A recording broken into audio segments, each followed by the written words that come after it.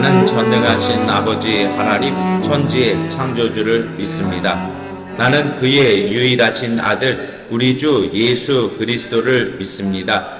그는 성령으로 잉태되어 동정녀 마리아에게서 나시고 본디오 빌라도에게 고난을 받아 십자가에 못 박혀 죽으시고 장사된 지 사흘 만에 죽은 자 가운데서 다시 살아나셨으며 하늘에 오르시어 전능하신 아버지 하나님 우편에 앉아 계시다가 거기로부터 살아있는 자와 죽은 자를 심판하러 오십니다.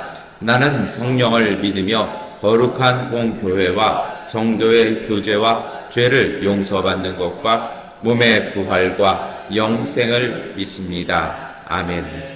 찬송가 436장 찬송 드리겠습니다. 나 이제 주님의 새 생명 얻은 몸 예고 순진하고 새 사람이로다. 그 생명 내 맘에 강같이 흘러 그 사랑에게서 해같이 빛난다. 영생을 누리며 주 안에 살리라. 오늘도 내일도 주 함께 살리라. 주 안에 감추인 새 생명 얻으니 이전에 줬던 것 이제는 값없다. 하늘의 은혜와 평화를 맛보니 주님은 믿도록 주 함께 살리라. 영생을 누리며 주 안에 살리라. 오늘도 내일도 주 함께 살리라. 산천도 초목도 새것이 되었고 죄인도 원수도 친구로 변한다. 새 생명 얻은 자 영생을 맛보니 주님을 오신만 새 하늘이로다. 영생을 누리며 주 안에 살리라. 오늘도 내일도 주 함께 살리라. 주 따라가는 길 험하고 멀어도 찬송을 들으며 뒤따라가리라. 나 주를 모시고 영원히 살리라.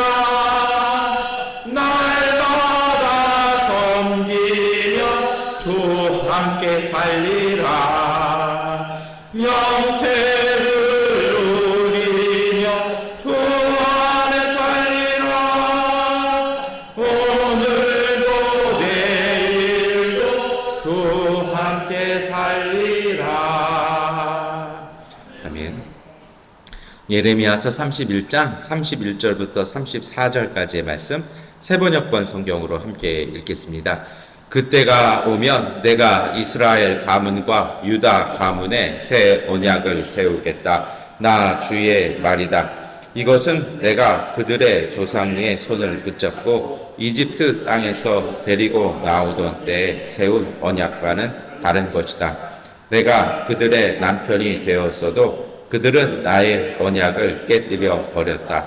나 주의 말이다. 그러나 그 시절이 지난 뒤에 내가 이스라엘 가문과 언약을 세울 것이니 나는 나의 율법을 그들의 가슴속에 넣어주며 그들의 마음판에 새겨 기록하여 나는 그들의 하나님이 되고 그들은 나의 백성이 될 것이다. 나 주의 말이다. 그때에는 이웃이나 동포끼리 서로 너는 주님을 알아라 하지 않을 것이니 작은 사람으로부터 큰 사람에 이르기까지 그들이 모두 나를 알 것이기 때문이다. 그들의 허물을 용서하고 그들의 죄를 다시는 기억하지 않겠다. 나 주의 말이다. 아멘. 네, 오늘 우리가 예레미야서의 말씀을 어제 이어서 읽었습니다. 원래 예레미야가 눈물의 선지자라고 그러죠. 왜냐하면 백성들이 듣고 싶은 그 예언을 한 건 아닙니다. 여러분, 하나님의 말씀이 항상 우리 마음에 달지는 않습니다. 그래서 모든 설교도 항상 귀에 쏙쏙 들어오고 마음에 흡족하다? 그럼 좀 생각을 해봐야 합니다. 왜냐하면 사도 바울이 그 유명한 얘기 있지 않습니까? 갈라디아에서의 말씀이요. 내가 사람을 기쁘게 하랴 하나님을 기쁘게 하랴는 그 말씀이요. 왜 그러냐면요. 하나님의 말씀은요. 그래요. 이게 좋은 스승, 좋은 부모는 자녀나 자기 제자에게 항상 좋은 말만 하지 않습니다. 왜요? 정말 사랑은요. 거기에 문제가 보여요. 그리고 그것이 더 좋아질 것들이 보이죠. 그런데 안타까움이 있는 겁니다.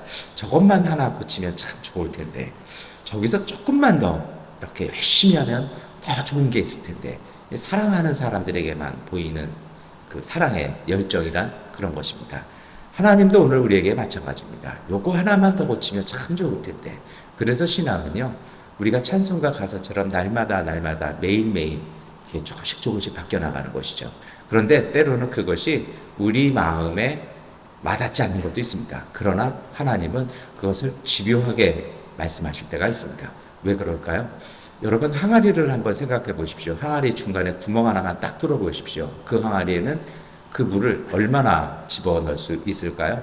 그 턱까지 넣을 수 있을까요? 항아리가 굉장히 높아요.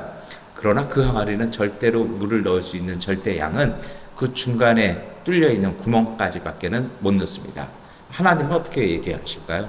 너 그 구멍 막아라. 근데 그 구멍 싫어요. 그게 사실 우리의 마음이고요. 그렇게 되면 우리의 마음에 잘 들어오지 않습니다.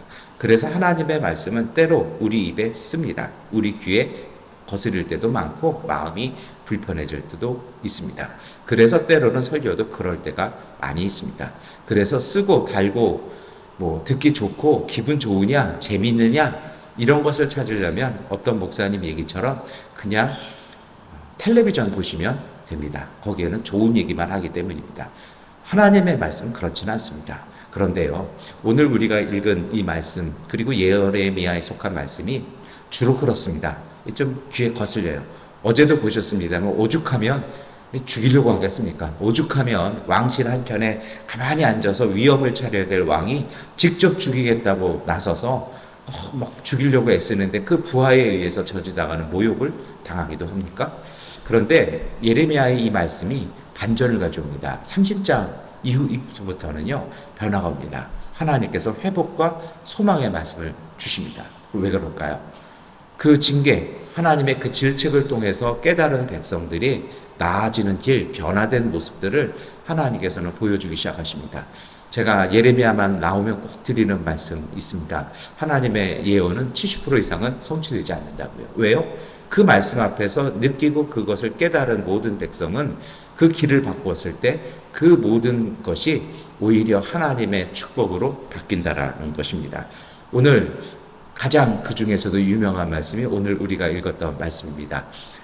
초대교회에서부터 이 말씀은 예수님의 복음이 율법을 대체한다라는 그 근거로서 많이 인용되어지고 설교되는 말씀이기도 합니다.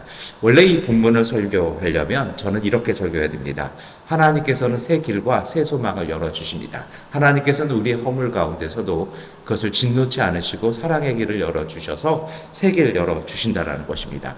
그러므로 과거의 실패, 과거의 상처, 과거의 모습을 지니고 살기보다는 정말 그 밑바닥과 그 실패에서 경험하는 하나님의 회복과 그 하나님의 은총에 힘입어서 이제 새롭게 넣어주신 하나님의 이 새 약속, 그것도 오늘 우리의 마음속에 넣어주신 이 은총의 말씀을 가슴에 품고 살아야 한다는 것입니다. 그래서 이제 그 말씀을 품고 고백하며 살아가는 것을 통해서 하나님이 열어가시는 새 길, 새 은총, 예수 그리스도의 복음의 역사의 삶을 사시기를 축원합니다. 아멘 하고 설교 끝나면 됩니다. 그런데요, 우리는 항상 여기까지만 듣습니다. 근데 이게 다가 아니에요. 아쉬움이 항상 있어요. 뭔가 한국적인 표현으로요. 뭔가 젠맛이 없는 거죠. 왜 그럴까요? 그럼 여러분 여기서 의문이 생기지 않습니까? 이런 얘기를 던져볼 수 있어요. 우리 마음속에 주신 말씀, 그 약속, 돌이 아니라 마음속에 주신 것. 우리는 거기에 대한 성경 공부 참 열심히 했습니다. 모세의 돌판이 아니라 예수 그리스도께서 피로 우리를 살리신 그 은총을 우리의 마음속에 부어주셨다. 그리고 그 은총은 성령을 통해서 우리에게 이루어졌다. 우리는 교리문답하듯이 성경 공부를 그렇게 해왔습니다. 그런데 여러분, 이제는 조금 더 그 말씀이 어떻게 우리에게 고백이 되고 어떻게 우리에게 은혜가 되는 것으로 어떻게 우리가 실천해야 할까요? 그러한 물음을 가지고 오늘 아침은 한 가지 더를 기도했으면 좋겠습니다.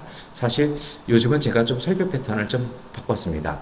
그냥 여러분에게 주님의 말씀은 이것입니다. 그러니 이렇게 기도하십시오라고 말씀을 드립니다만 사실 제 설교의 초점은 하나님을 우리가 어떻게 더 깊이 기도할 것인가에 대한 기도의 자세나 우리가 기도할 때 어떤 마음, 어떤 관점으로 접근하실 것인지에 대해서 더 많은 포지션을 두고 말씀을 드리고 있습니다. 여러분 한번 생각을 해보세요. 눈 감고 그냥 가만히 있는다고 기도가 되지 않습니다. 그저 소리 지르고 그저 두들긴다고 박수 친다고 기도가 되지는 않습니다. 그것도 더 기도를 열심히 하고 싶은 열정에서 나오는 행동들이죠.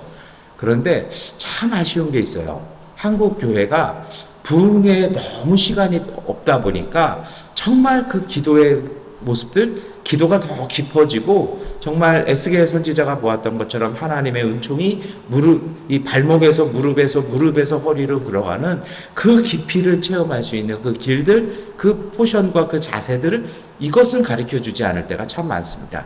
그래서 간혹 우리는 그런 걸 경험합니다. 저도 가끔 그런 걸 경험합니다만 성령에 대해서는 들었는데 성령은 깊이 알지는 못하는 것 같구나라는 생각이요. 왜요? 열심히 설교는 성령에 대해서 얘기하고 하나님에 대해서 얘기하는데 얼굴이나 몸이나 표정이나 삶에서는 정말 하나님과 무관한, 하나님과 관계없어 보이는 그런 말들, 생각들, 정말 설교할 때는 뜨겁고 따뜻한데 일상생활에서 차 한잔 나누면 왜 그렇게 계산적이고 왜 그렇게 야박하고 왜 그렇게 이기적인 모습밖에는 안 보일까? 왜 이렇게 이 두 모습일까? 두 얼굴로 마치 지킬 앤 하이드처럼 우리는 살아야 될까? 이런 고민이 사실은 순복음교회 목사인 저의 고민이기도 했습니다. 그러다 찾은 답은 이것입니다.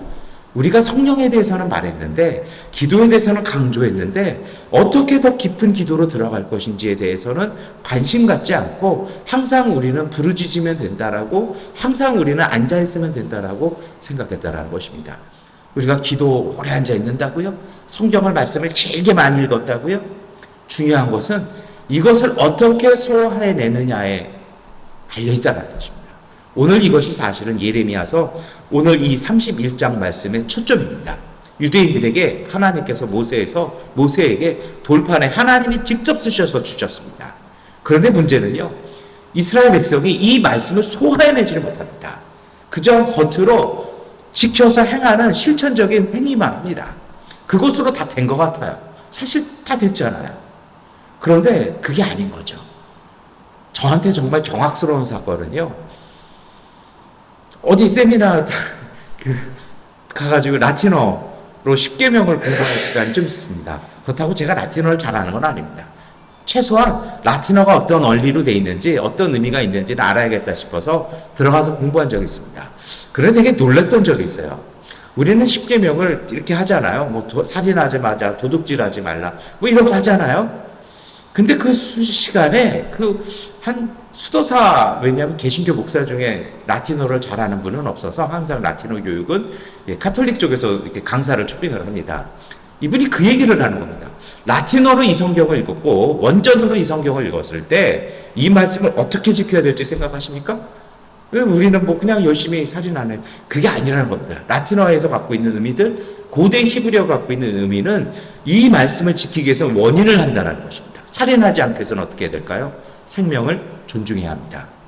가늠하지 않기 위해서는 어떻게 해야 될까요? 내 아내를 더 사랑해야 합니다. 남의 것을 도둑질하지 않기 위해서는 어떻게 해야 될까요? 내가 더 열심히 사랑합니다. 사흘 굶고서 도둑 안 되는 사람 없다라고 그러잖아요. 그러니까 사실은 그 언어가 담고 있는 그 본래적인 말씀은 그 말씀인데 우리는 자꾸 겉표면에 집착하고 있다는 것입니다. 이것이 이스라엘의 실패였습니다. 그래서 하나님께서 예레미야에게 새로운 약속을 말씀하십니다. 그 말씀은 하나님께서 돌판에 새겨주시는 것이 아니라 마음속에 넣어 주시겠다는 것입니다. 여러분, 그러면 그 마음속에 넣어 주시는 것은 어떤 것일까요? 우리가 익숙히 아는 것처럼 예수 그리스도의 복음과 보혈 맞습니다. 그런데 그것을 우리가 어떻게 이해해야 할까요? 여러분, 그것을요, 제가 지난 주간에도 말씀을 드렸습니다. 구약 성경과 신약 성경은 반드시 짝이 되는 말씀이 있습니다. 신약 성경은 구약의 말씀을 예수 그리스도의 복음에 입각해서 다시 한번 재해석하고 다시 한번 고백을 합니다. 오늘 이 말씀에 정말 하나님께서 우리에게 약속을 우리의 마음속에 넣어주신다라는 이 말씀이 신약 성경에 다시 나옵니다. 그것이 고린도후서 3장 3절과 6절입니다. 여러분은 분명히 그리스도께서 쓰신 편지입니다. 우리는 그것을 작성하는 데 봉사하였습니다. 그것은 먹물로 쓴 것이 아니라 살아계신 하나님의 영으로 쓰신 것이요 돌판에 쓴 것이 아니라 가슴판에 쓴 것입니다. 하나님께서 우리에게 새 언약의 일꾼이 되는 자격을 주셨습니다. 이 새 언약은 문자로 된 것이 아니라 영으로 된 것입니다. 문자는 사람을 죽이고 영은 사람을 살립니다. 여러분, 사도 바울은요, 이 말씀을 이렇게 다시 재해석합니다. 하나님이 주신 약속은 하나님의 영으로 쓰신 것이라는 거죠. 그러면 그게 뭐가 좀 다를까요? 사실은 해답은 항상 말씀 가운데 있습니다. 어떻게 이해할까요?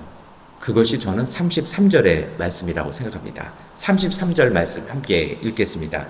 그러나 그 시절이 지난 뒤에 내가 이스라엘 가문과 새 언약을 세울 것이니 나는 나의 율법을 그들의 가슴속에 넣어주며 그들의 마음판에 새겨 기록하여 나는 그들의 하나님이 되고 그들은 나의 백성이 될 것이다. 나 주의 말이다. 뭐 별다를 거 없어 보여요. 그런데 중요한 게 있습니다. 무엇입니까? 관계가 회복되는 것입니다. 다시 우리가 하나님의 백성이 되고 하나님께서 우리의 하나님이 되어주십니다. 그 얘기는 무엇일까요? 하나님과의 깨어진 관계, 단절된 관계, 등 돌리고 서 있던 관계가 회복됐다라는 것입니다. 원래 하나님은 우리를 향해서요, 관계를 깨신 적은 없습니다. 우리가 깬 거죠. 하나님은요, 심판의 하나님이 아니라 하나님은 구원하시고 사랑하시는 하나님입니다. 질책하시는 하나님이 아니라 새로 살리시는 하나님이십니다. 그럼 이것이 마음속에 넣어준 그 약속과 무슨 의미가 있을까요? 우리가 하나님과의 관계가 회복된 것, 예수 그리스도를 통해서 우리는 이루어졌죠. 이것이 어떤 의미가 있겠습니까? 그것이 34절 말씀입니다. 함께 읽겠습니다. 그때에는 이웃이나 동포끼리 서로 너는 주님을 알아라 하지 않을 것이니 이것은 작은 사람으로부터 큰 사람에 이르기까지 그들이 모두 나를 알 것이기 때문이다. 내가 그들의 허물을 용서하고 그들의 죄를 다시는 기억하지 않겠다. 나 주의 말이다. 아멘. 하나님께서 우리의 마음속에 하나님의 약속을 넣어주셨습니다. 그리고 하나님의 관계가 회복되었어요. 그리고 나서 나오는 그 결과 열매가 무엇입니까?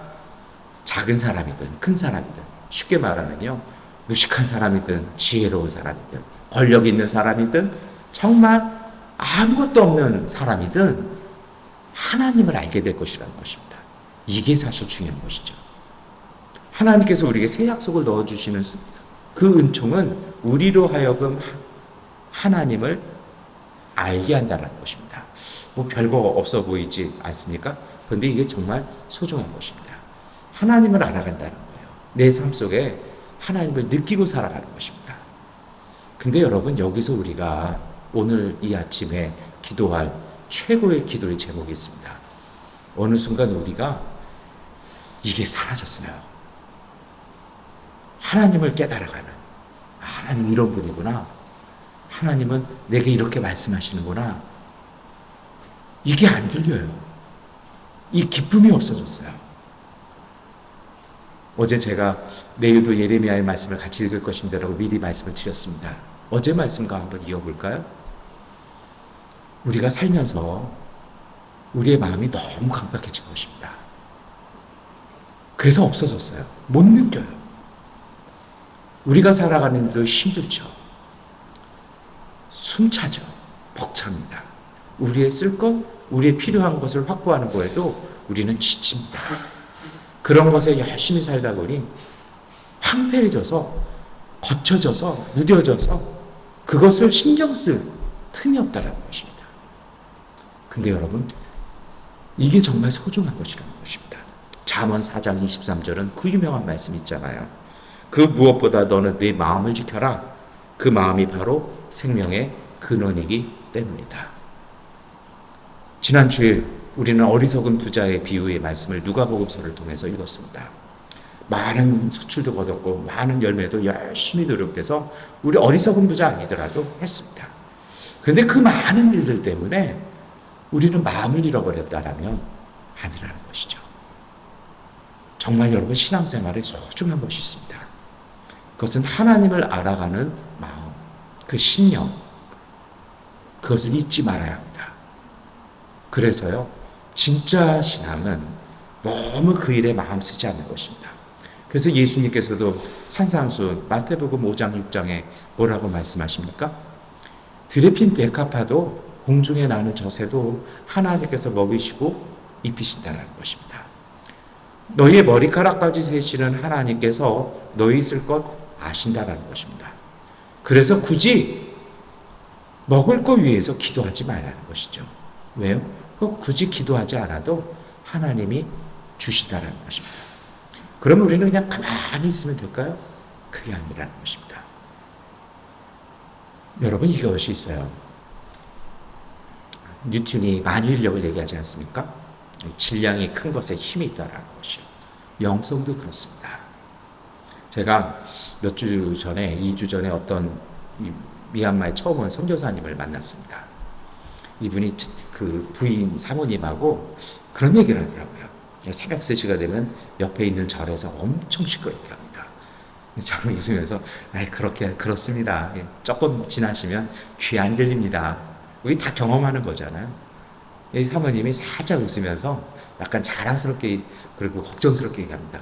근데 우리 남편은요, 3시 되면 같이 일어나서 열심히 막 기도를 하더라고요. 통성으로요. 이 목사님 옆에서 씩 웃으면서 이런 얘기합니다. 제가 기도해서 그거를 다 없애버립니다. 제가 기도하면 이제 미얀마의 모든 절은 다 없어질 겁니다. 그 얘기를 듣는 저는 마음이 씁쓸한 겁니다. 정확하게 얘기해 볼까요? 여러분, 귀신 쫓잖아요? 귀신을 쫓는 거하고 귀신한테 휘둘리는 거하고는 달라요. 그게 자꾸 신경이 쓰인다? 그건 영적으로 예민한 게 아니고요. 내가 휘둘리고 있는 거거든요. 진짜 귀신 쫓는 건 어떻게 하는지 아십니까? 문제가 안 돼요. 뭐라고 말하든 그냥 우리가 할 일만 하고 우리가 할 기도만 하고 우리가 할 찬양만 하면 뭐 굳이 뭐 예수 이름으로 나가라 그런 얘기 할 필요도 없어요. 제가 해보니까 그런 얘기 하니까 더 좋아하는 것 같아요. 그냥 귀신과 무관하게 내가 할 기도, 내가 할 찬양, 내가 드려야 될 예배에 집중하면요, 나가요. 어둠을 쫓아내는데 어둠 이렇게 쫓아나가 이거 될까요? 간단해요. 창문 열고 빛 들어오게 하면 어둠은 사라집니다. 이분은 영적으로 휘둘리고 있는 거예요. 못 견뎌 하는 거죠. 오늘 여러분, 우리가 휘둘려서는 안 됩니다. 휘둘리는 거하고 열심히 사는 건 됩니다. 너무 휘둘리다 보면 마음을 잃어버려요. 마음을 잃어다 보면 우리 자신을 잃어버립니다. 그래서 하나님을 깊이 한다는 것은요, 그 하나님을 알아갈 수 있는 그 마음, 그 심령, 그것을 잘 관리하라는 것입니다. 하나님이 이미 주셨다는 것입니다. 그래서 삶의 여유를 가지십시오. 사람을 만나면 일만 보이는 것이 아니라 그 마음에서 올려나온 소리도 들을 수 있고요. 하늘을 보면 그 속에서 하나님의 손길을 느낄 수 있는 그 마음의 여유, 그 영혼의 그 감성, 그 자유함, 이것을 회복해야 합니다. 이미 하나님은 우리에게 넣어주셨습니다. 그래서 여러분, 기도도요, 순서가 있습니다. 그것은 하나님의 말씀에서 시작합니다. 생짜로 기도하는 것, 그것처럼 어려운 것이 없습니다. 말씀을 읽고요, 말씀을 무조건 읽는 것도 은혜롭지는 않습니다. 읽었다라면요, 감동이 되는 것을 손으로 쓰십시오. 그리고 손으로 쓴 것을 가지고 그 속에서 느껴진 것을 실천하십시오. 그렇게 고백되어질 때 그 마음을 통해서 하나님이 넣어주신 그 약속의 은총들이, 그 하나님의 은혜들이 우리의 삶으로 표현되어지는 것입니다. 그런데 정말 소중한 것이죠. 말씀드린 것처럼 마음의 여유를 회복하십시오. 그 마음의 섬세함, 그 부드러움, 그 자유자재한 은혜의 자유함들을요, 다시 회복하셔야 됩니다. 세상의 염려와 근심과 그런 것들로부터요, 조금 내려 놓아야 합니다.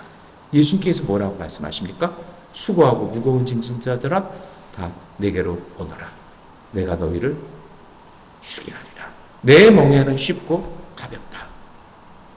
여러분, 그렇게 하나님의 은혜 안에서 하나님을 알아가는 마음이 있잖아요. 그럼 보여요. 정말 하나님의 축복이 어디에 있는지. 더 놀라운 건 뭔지 아십니까? 별로 아무것도 안 한 것 같은데 그게요, 그냥 기도한 대로 일이 돼요.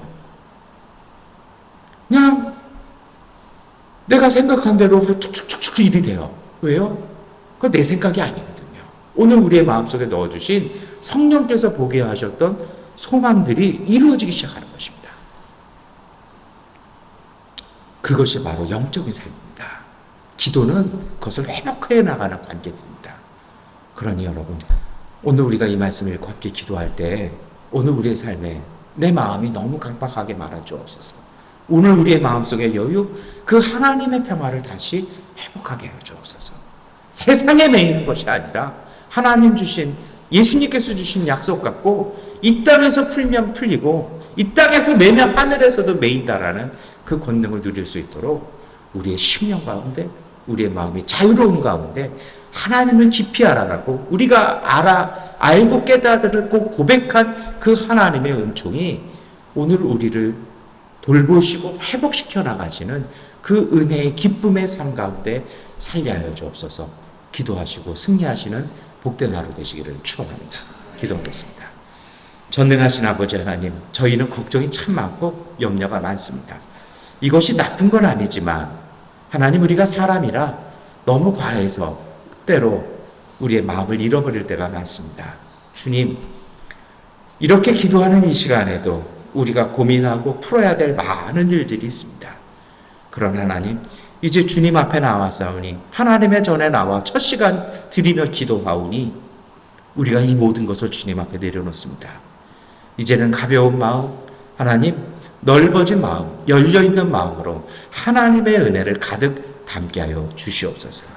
우리 안에 충만한 성령이 주시는 그 은총으로 하나님께서 우리 안에 역사하시는 그 은혜들을 보게 하여 주시옵소서.